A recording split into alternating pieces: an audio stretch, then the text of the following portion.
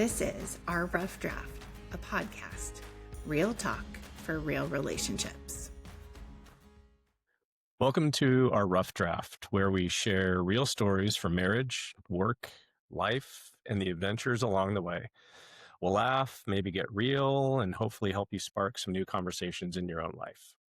I'm Denise, the wild, emotional one who loves words and big ideas. And I'm Tim. I'm the practical level one who fixes what she dreams of. And this is Our Rough Draft, where we share the stories we're still living. Welcome to Our Rough Draft. Welcome to the show. How are you, Timmy? I'm wonderful now that you're back home. I know, it's so good, right? Yeah. So 4 full weeks on the road. Cut it short by a week so I could come home. Thank you for coming to claim me. You're welcome. So it was great to see you up in Duck Creek. Yeah. I love it there. I do too. Yeah. So southern Utah, north of the Grand Canyon, north of Zion, northeast of Zion, just due south of Bryce. Yeah. Beautiful. Kind of in between the two of them, but yeah. Way up in the mountains, literally up in the mountains. Yeah. 8,500 feet at the village. Yeah. And then surrounding areas go up to 10 or 11,000.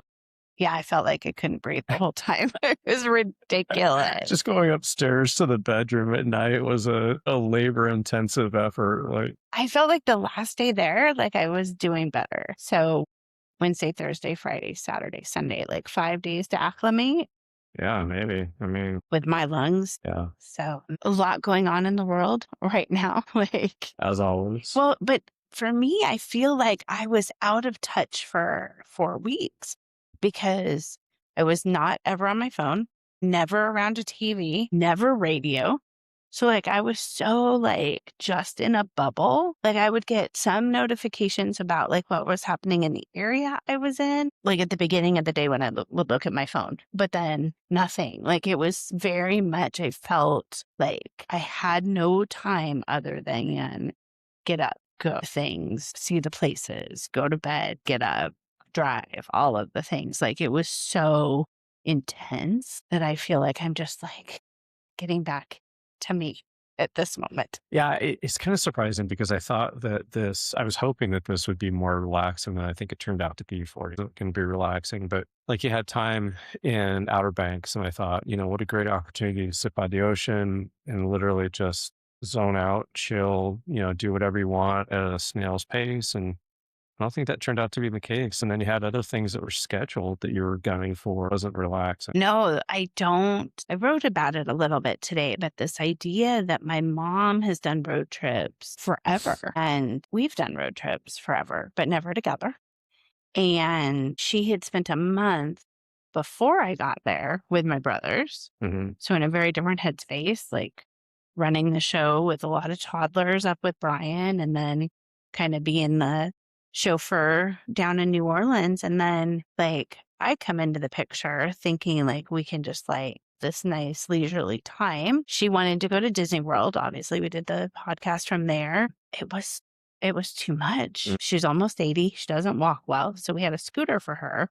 But even managing a scooter around the parks was exhausting. Yeah. I'm either trying to keep up with her or I'm trying to manage her. And so she really likes to be involved and in things. And so by the time she was done for the day, I was really done for the day. Didn't really want to head back out and go to the parks by myself. Mason was there, obviously, but he was doing teenage park kind of stuff. Yeah. So that was hard. And then from there, we went up to the Outer Banks and we were just still in this like go mode. But I don't think she has a not go mode. It's true. Yeah. I don't think she's one of those people that can just sit and take in the view. I don't know that that's... No. So every day we were up and there was an activity and off we would go. And then, from there we would go to different places. There were some beautiful spots along the way. And I found myself like holding on to them. Like, I can't wait for you and I to go to them. Like, I loved the beach in Wilmington, North Carolina. Yeah. So I want to go back there. Great taco shop. great beach, great shells. Everything you need, tacos and Right? shells. I know. I That's all was you so need. happy. Margarita, Corona, it was perfect. Yeah. So, yeah, definitely places I would go back to. That's cool. Well, I mean, and I think we talked about it a little bit, not on a podcast, but if nothing else, then you got to scout some locations, right? Like you covered a lot of ground, saw a lot of territory, saw a lot of great things, and potentially it's, fodder for a future trip for us. Yeah, for sure. And I absolutely loved being able to see Thatcher and Kyla, Mhm. loved being able to see Lisa. It was, and Bill, Lisa and Bill and Lizzie. It was just great to be in their space and being able to see them. Yeah. And that was all kind of back to back. And then we started heading back across. And that was kind of go, go, go. We were in Moab for 2 nights. That was so beautiful. But yeah, so back, I am trying to settle back in, unpack, do all my laundry, get the house back to where all my stuff belongs. Yeah, let's clarify that. Get the house House back. was House is perfect. fine. The house was You're just putting perfect. I'm stuff just back putting in my it. stuff and the stuff I brought with me because I was on definitely a book buying adventure. And so I think I have 15 new books. I know, I'm so excited. And Auntie Lisa gave me a ton of Fiesta wear. And so I'll take a picture and share my little Fiesta wear pride table over there. It's so cool. It makes me so happy. Yeah, so just getting settled back in, went in the pool today. I am so proud of my ability to relax. I don't work 60-hour weeks anymore. Barely work any hours.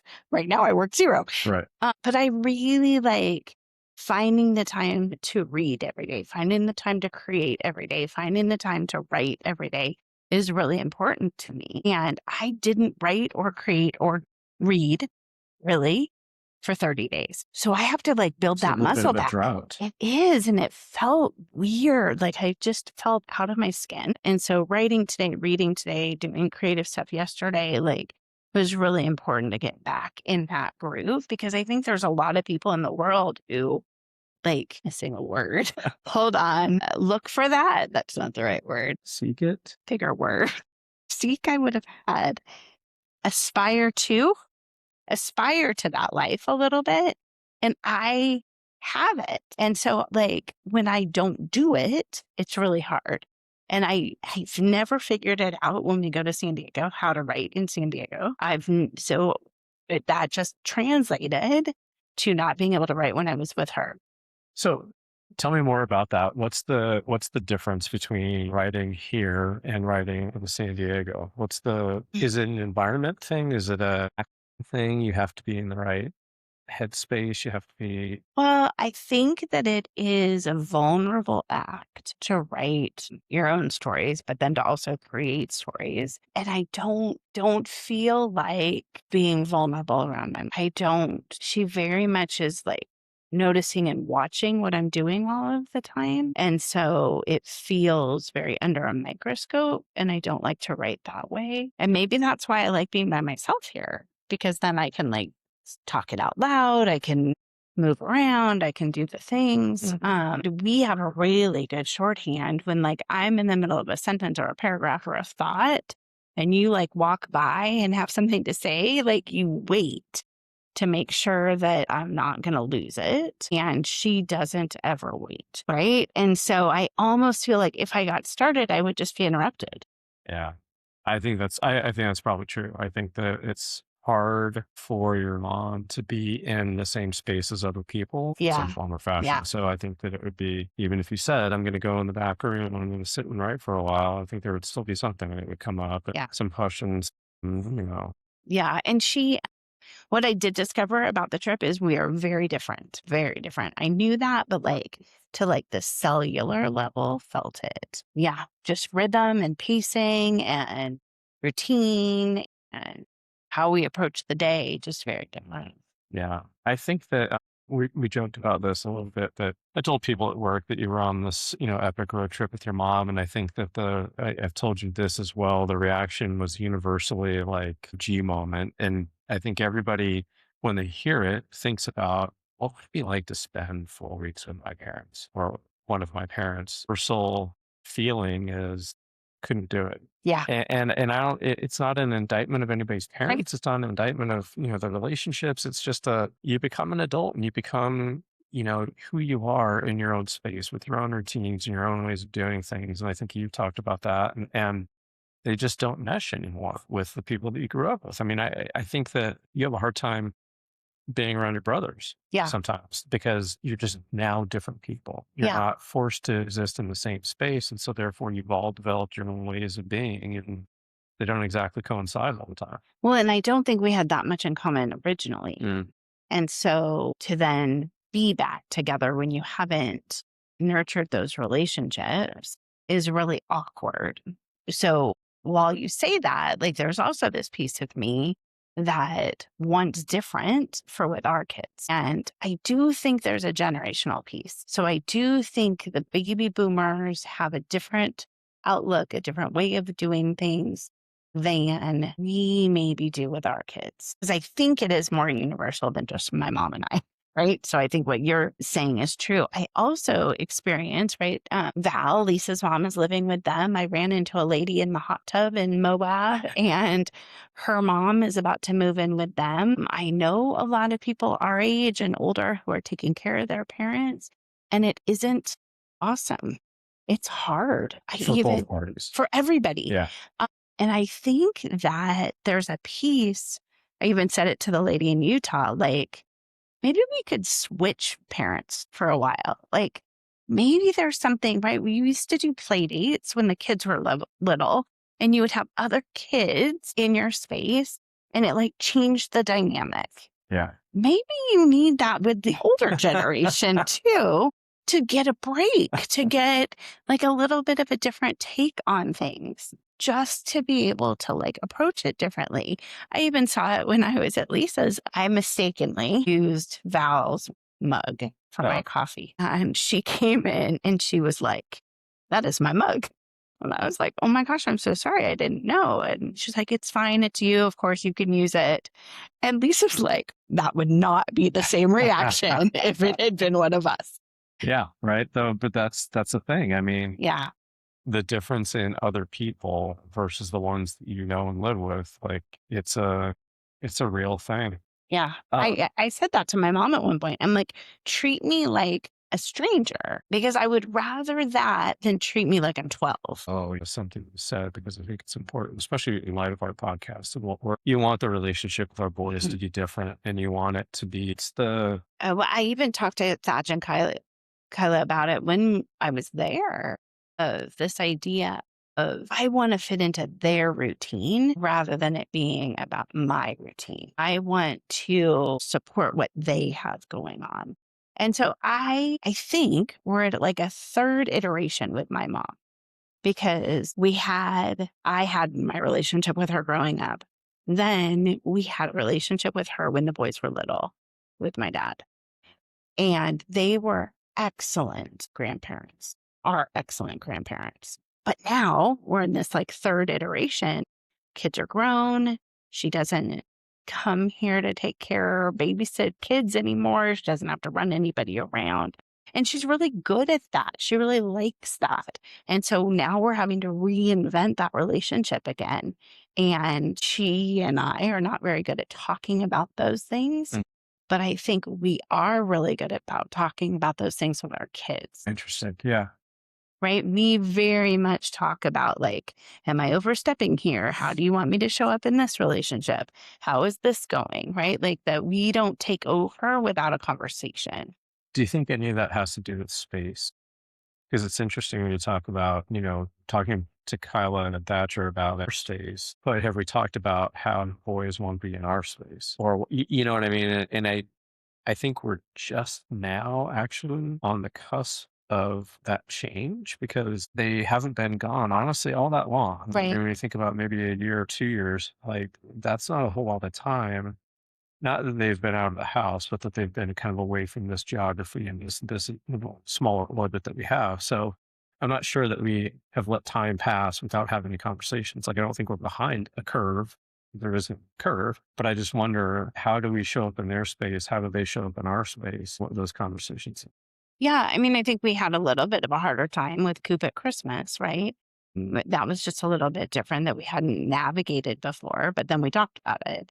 So I think it's just that piece, right? Like whatever this situation is, like I want to enter it with a conversation. Like when I got to Georgia, it was, they were perfectly willing to give up their room so that we would have, my mom and I could share their room. And I was like, no, like that isn't necessary. We can totally make the guest room work. And then I ended up sleeping on the couch anyway. But like we figured it out. But also like I didn't want them to change their timing of their day. Like they had to get up and go to work. Like I will fit into that. Whereas I don't think my mom is as flexible with when she eats, where she goes, that type of thing. And I want to be more flexible. I think that that's important because I want them to take the lead.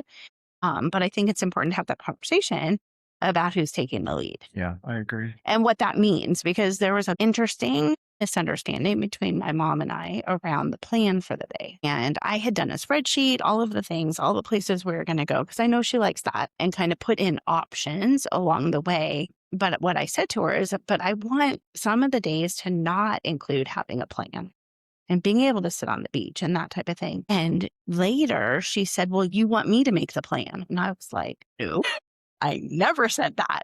But it was that way she heard it of she really doesn't know how to enter the world without a plan. And so Because when you're not willing to make the plan, and somebody she has to make to, the plan because a plan has to exist. right. Yeah.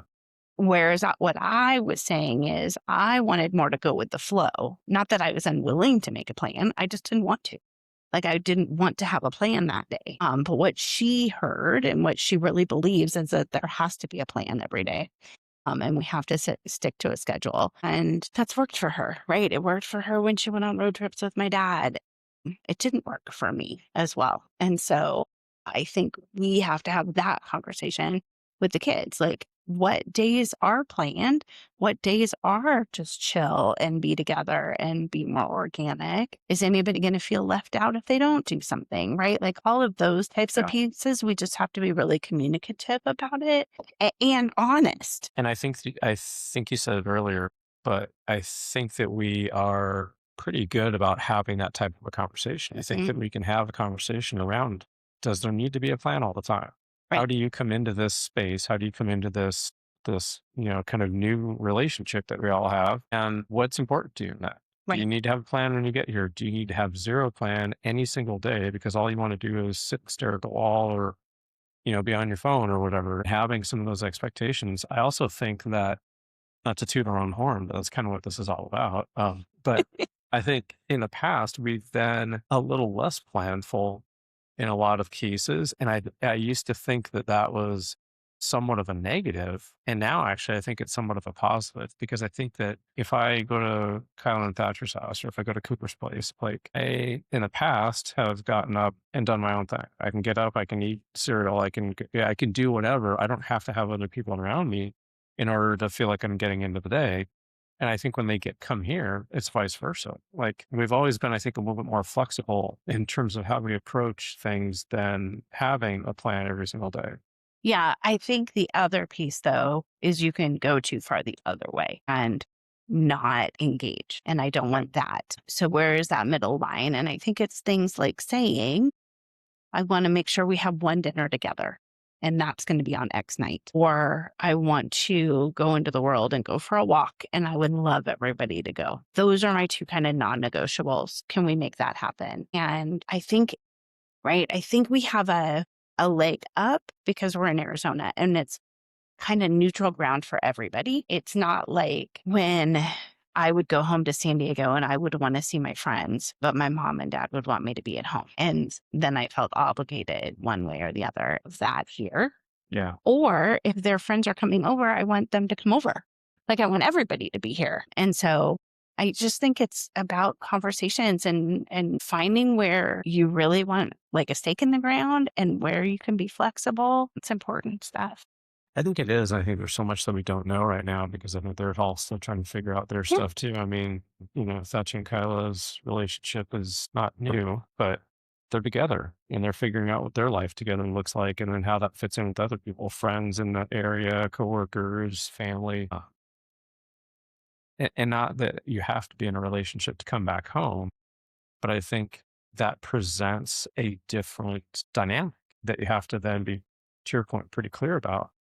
Because it's not just about asking one of our kids, it's also about asking their significant others. Yeah. I Like, mean, what for does that sure. look like? Well, I would think even like, I think our biggest fights over time have been navigating each other's families. Yeah. Our biggest fights, meaning you and me. Yeah. Yeah, I agree. And those places where one of us coming into a new situation wasn't comfortable, didn't have things go the way we thought they should, mostly me, because you're kind of lovely and perfect. But I mean, just like I think it's important to have conversations with everybody, like you're saying, rather than just through your kid. Yeah.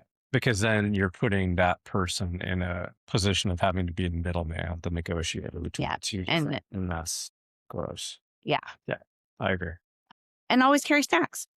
I think that's just like a life lesson for everything. I think back to a Thanksgiving at your sister's house, and I was just starving because I thought dinner was going to be at one time, and it was like hours later. And if I had had a snack, it would have been fine. Like, so just carry snacks. But then blood sugar crashes and everything goes to hell. I think I was also pregnant at BT Dubs, so it's okay. But always carry snacks. It's a good life lesson.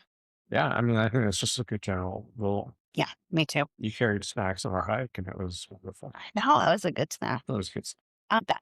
My mom and I are even different on rest areas. Like she's a rest area person. I'm a gas station person because snacks. Yeah, we're total gas station people. Yeah. And you know what? I was talking to somebody, this is a complete tangent. I was talking to somebody at work about this, and I don't know how we got on the subject, but I think it was because we were talking about the trip, and I think I brought that whole point up. And she was like, yeah, gas station.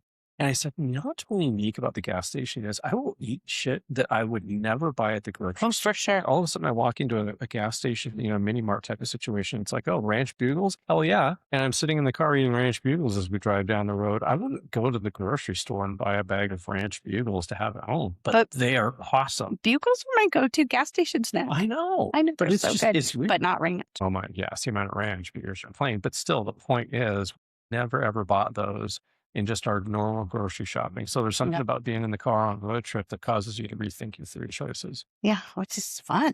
Yeah. I like fun food. I do too. Okay, so let's transition to kind of our question for this week around like, what have we had to do to like get back to us? So I think this was unique because I think we've talked in the podcast before about like when I travel for work or you go someplace, we don't talk. Yeah. I mean, we might text, but we don't call, we don't FaceTime, like it's not necessary. But on this trip, it was. And I think part of it was the length of it, but I think part of it was also the circumstances. Like I think it was important for you and I to talk myself up, but to kind of help you regulate a bit with some of the things that you're going through. So this was, I think, a little bit of a different environment, which I think kept us a little bit closer. I also, and I told Mason this, like when we got back together as a family, like when Mason and I drove up and met you in Duck Creek, I think it was going to be important for us just to be listeners. And I know that Mason or I, or both of us might have our own feelings about the relationship and so on and so forth. But I don't think any of that matters. I think it was important just to listen and to hear that you were saying and the way that you were coaching it. So I think we both went into it maybe with a little bit more of a, an open mind in terms of, I'm not here to judge. All I'm here to do is listen and to be that kind of sounding board for you to process through some of the things from the trip. But then I think to get back to us. I don't either. Like we went for a walk every day. Yeah, we went for walks. And then we had an adventure day that was just awesome. Like you had researched, I had said that in the spirit of making your desires known, I said, I'd love to go see Cedar Breaks and Bryan Head again and kind of go out and have research using the magnet on the refrigerator in the Airbnb, but planned, hey, we're going to go here. And then on the way to there, we're going to stop here and we're going to look at this. And we just bounced around and looked at stuff and drove down random forest roads. Yeah. We're just together. And I think that there was something there of to get back together emotionally, relationship wise, just the physical act of being, I think was super helpful. So yeah. And going trail mode in the new car, that was fun. We used trail mode a lot. That was pretty awesome. Still need to wash the car because it was great. It was a great day. I mean, we were super tired at the end of it, but I felt like we saw some really cool stuff. And again, just do you want to turn right or do you want to turn left? Yeah. Well, let's choose left. And we chose left and drove down the road and Went found on something. some little hikes and little walks Yeah. and and close to Yeah. There's a lot of edges. There's a lot of edges in Utah. Yes. There's a lot of steep edges that make certain people nervous. I think that I was really excited for the trip. I was excited to drive up and see you, obviously, and I was excited to get back to us. But I think now that I think back on it in the context of the question, you just came home. Like if you just came home after not seeing you for 4 weeks and all of a sudden you're at the front door, would that have been because I think this was like, I think about the times when I would come back from AT or coming back from a long, training cycle, it gives a chance for other routines to develop. It gives a chance for things to happen. It gives, like all of this stuff continues. And then all of a sudden you're just back in it. Yeah. And I think it's some of those were hard transitions for us as well, because we didn't have like a neutral ground to get back to us before then we dropped back into routines. Yeah, for sure.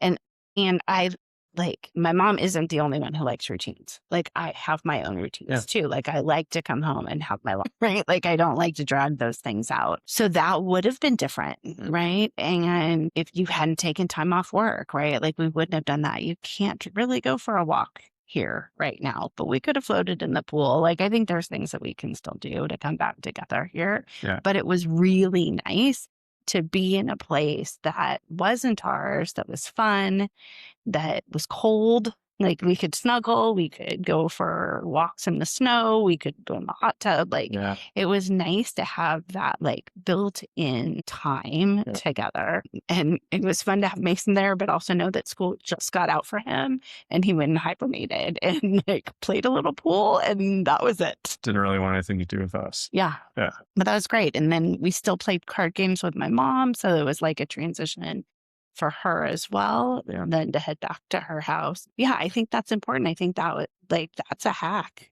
Like I would do that again. Yeah, I mean, I think, like I said, I think I undersold what it was going to mean to us. Like I was excited to be together, I was excited to do all the stuff, but from that relationship point of view, it was really full to be there, to have no agendas, not to have to worry about work or any of the other stuff, but just to be able to be in that space for a few days. And then we could come back to our own house, our own, routines and our lives and all that. But and I feel like we've also, and maybe it's a summer thing for here, I also feel like there's not a lot hanging over our heads at home, right? I feel like when we were in Seattle, and maybe it was Seattle and baseball, but it always felt like we didn't have enough time to get the things done that we needed to get done, right? There was always a list like, oh, we need to weed the yard or we need to do X, Y, or Z. But we had baseball and then it would rain and then, right? And then like it was still there. So even when you had a day off, it was like, oh, we have this list of stuff we need to get done. Whereas here, and maybe I should feel like there's more because I spend a lot of time crafting and doing art. So yeah. Feel free to look at my list every once in a while. Really? Okay. Awesome. I think without getting too, I don't know what the word would be, esoteric or whatever, but like I think that, I think to your point, yes, maybe some of it was geography based on where we live, but I think also some of it is we are just coming into a different point in our lives. And I think that is, it's exciting. I think it's interesting. I think it's kind of why I bought that last year, maybe for like the whole concept of this, phase 2, this second life kind of thing. Yeah. I had an interesting thought today that I'm going to put into the world because of all of this. And like this time spent with my mom, I actually thought it would go better than it did. Like I had a different thought about how the whole thing would go. And in looking back at it at this point, it went the way that I should have expected it to go. Like she was her, I was me. It went that way. But I think you can get out of practice. We haven't been to her house a lot in the last year. Whereas before we were going like every 6 or 8 weeks. So I think we're out of practice. But that also makes me think about our kids. Like we have to stay in practice with them. So like when I saw Thach and Kyla in Georgia, I said, when is the next time I'm going to see you? Because that's always been important to me, that I always have like a date of when I'm going to see them next. this year was the longest I had ever gone without seeing Thatcher. So like, that's really important to me. And I think we should practice. I think we should plan a vacation together. So, right, I think Mason graduates next May, and we talked about either going to Rainier or going to the Outer Banks. I think we should all go. I think we should just practice doing that. And it can be for 4 days or it can be for a week. It doesn't have to be a 4-week long vacation. But if you do that over time, then you don't fall out of practice and you can try things on and not, right? And so just putting that out there. Like maybe you know where I want to go next June. Yeah. But maybe we're at a phase in our life where maybe it's renting an Airbnb in Milan and we all go there rather than going to a full week of Dolomites and we do a day trip. Not sure I understand what you're saying. Look, that we don't do the Dolomites trip.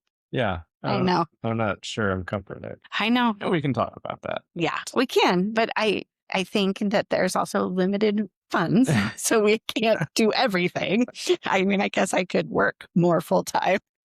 Yeah, let's go back to that part of the conversation. No, not really wanting to do that. There's Finley. So awesome. I guess the other question I had for today was around what are you looking forward to in the next couple of weeks, knowing that I'm back, knowing that we're going to have some visitors. What are you looking forward to? Well, I mean, I think definitely looking forward to the visitors. I think it'll be interesting to be, five of us under one roof again. I mean, it's been quite a while since that's happened. So I think that is just a good example of everything we talked about. Like, how do we exist as 5 under the same roof again and into that situation, all with maybe slightly different expectations of how it's going to play out. So I think it'll be interesting to post game that down the road and see, did it meet our expectations? Did we, were we all clear with each other, et cetera, et cetera. But the other thing I'm looking forward to is I think just being able to do more of what we did. Like I always call you my adventure buddy. And I think that is really true. I think, we talked about it before we jumped off this podcast, but I'm better with you. I'm better as 2 versus 1. And I think that's maybe always been the case for me. Like, I don't know that I've ever been comfortable as a solo. I think it's always been just frivolous people that,